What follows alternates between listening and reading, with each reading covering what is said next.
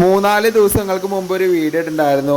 പലരും പറഞ്ഞത് വെറുതെയാണ്, ഇതിൻ്റെ ആവശ്യമൊന്നുമില്ല, മോട്ടർ കംപ്ലൈൻ്റ് ആണ് കാര്യങ്ങളാണെന്നൊക്കെ പറഞ്ഞിട്ടുണ്ടായിരുന്നു കേട്ടോ. ശരിക്കും മോട്ടറിൻ്റെ കംപ്ലൈൻറ്റോ കാര്യങ്ങളൊന്നും വരുന്നില്ല. 1.5 പൈപ്പിലാണ് ഈ ഹോൾ ഇടുന്നത്. അത് അത്യാവശ്യം ഒരു 8 mm ഒരു ഹോളിലാണ് നമ്മൾ ഇടുന്നത്. ഒരു ഹോളൊന്നുമല്ല, ഒരുപാട് ഹോൾ ഇട്ടിട്ടുണ്ട്. മോട്ടറിന് ഒരു കാരണവശാലും ലോഡ് വരില്ല. 1.5 പൈപ്പാണ് ഇട്ടിരിക്കുന്നതെന്ന് ആലോചിക്കണം. അത് മാത്രമല്ല, ഇത് എന്തിനാണ് ചെയ്തതെന്ന് വെച്ച് കഴിഞ്ഞാൽ ഇവിടെ സ്റ്റീൽ ടാങ്കാണ് വെച്ചിരിക്കുന്നത്. അപ്പോൾ ഈ സ്റ്റീൽ ടാങ്ക് എന്ന് പറയുമ്പോൾ നമുക്കിത് സെൽഫ് ക്ലീനിങ് ആണ് വരിക.